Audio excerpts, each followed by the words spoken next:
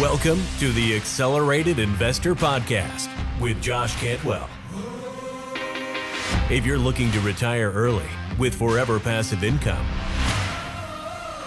you're in the right place. This podcast is the go-to destination for real estate investors, both active and passive, and multifamily apartment investors, both new, intermediate, and advanced. Now, sit back, listen, learn, and accelerate your business, your life, and your investing with the Accelerated Investor Podcast.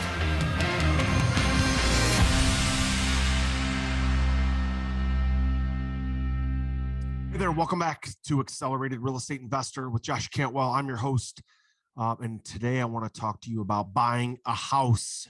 Many people are saying, hey, I think I'm going to sit on the sidelines. I'm going to wait for prices to go down. Prices are overheated. It's 2007, 2008, 2009 all over again. I'm going to wait. Prices are going to go down. Interest rates will eventually go back down. I'm going to wait and I'm going to buy a house. Let me tell you about that and why that isn't going to work. And also the impact on multifamily B-class suburban apartments. You see, the one thing that makes house prices go up or down, the only thing is supply and demand. You see, when the economy is really good and interest rates are low, people want to buy, prices go up. So people are thinking, hey, if there's a bad economy, if we're in a recession, if there's a high interest rate economy, then prices should go down. And so let's talk about the difference between feelings and data. Okay. My feeling is we're going to have a bad economy. We're going to have a high interest rate economy. Prices are going to go down versus the data. Okay.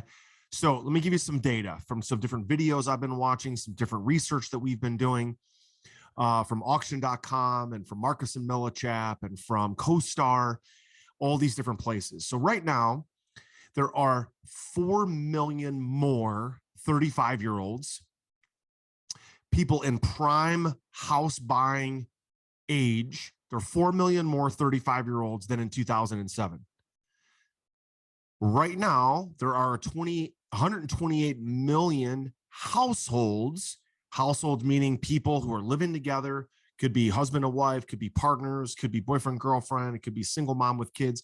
128 million more households right now than there were in 2007. There's 12 million more households operating that need a house today than there were in 2007, 15 years ago. Okay.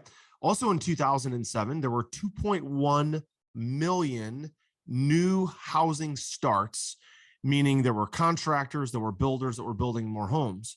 Today, there's 1.4 million housing starts. So there is 700,000 less housing starts today than there were in 2007. So, and if you think about it right now, there's about 2 to 3 months, depending on where you get your data, 2 to 3 months worth of supply on the multiple listing service on the MLS. A normal market is 9 months of supply, where it's not a buyer's market, it's not a seller's market. It is a normal market, an even market. If there's more than 9 months of supply, that's considered a buyer's market. If there's less than 9 months worth of inventory, it's a seller's market. Right now, there's only about 2 to 2.5 to 3 months worth of inventory on the market. And so there's significantly less supply. So remember, the only data that matters is that demand outweighs supply. If that's the case, prices will go up. One of the ways that you temper demand is by raising interest rates. So the Federal Reserve is saying, hey, we're going to raise interest rates. We're going to try to temper demand. The problem is that people will continue to buy houses even in a higher interest rate economy, because there's these 4 million 35-year-olds that are now in prime buying age. There's 128 million households more than 2007. There's only 1.4 million housing starts versus what we're at in 2007, 2.1. There's only 2 to 3 months worth of supply. We need to get to 9 months worth of supply to be at an even market. And in an even market, prices still go up. Okay. So think about this. House prices went up 32% in the pandemic year of 2020. House prices went up between 15 to 19% in 2021 last year, and prices are already up 7% in 2022, and we're only halfway through the year. And so if you look about this household formation, all these millennials that were born and everybody kind of, joking around, the millennials are living in their parents' basements. Well, think about it. Those millennials that were born 15 years ago at age 20 went right in the middle of the last major recession of 2007, 8, 9. They're now 35 years old. They've seen nothing over the last 10 years except growth. They're ready to buy a house. Okay. So I'm predicting that every year for the next 3 to 5 years, we will have less supply than demand, even if interest rates continue to go up. And so since demand is going to be greater than supply, house prices are going to continue to go up for at least the next 3 to 5 years.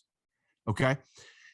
So think about this. As houses continue to go up in price and interest rates continue to go up because the Fed's trying to slow down the economy, more and more buyers are going to get boxed out of the market, even though there's demand.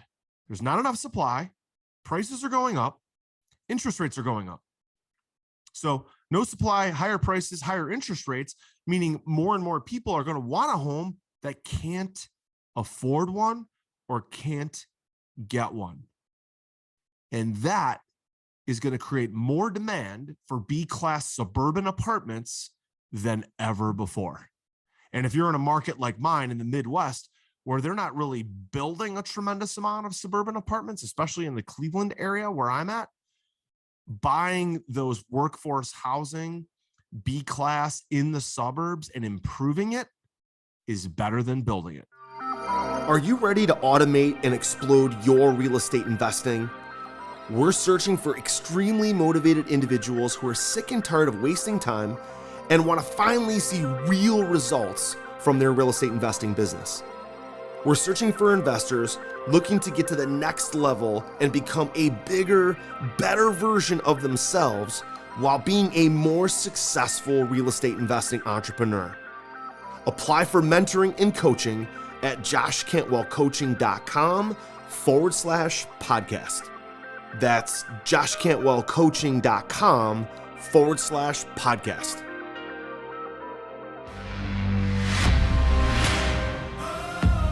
You were just listening to the Accelerated Investor Podcast with Josh Cantwell.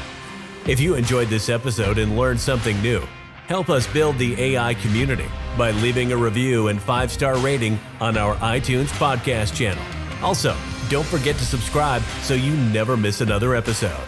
To see passive investing opportunities, visit freelandventures.com/passive.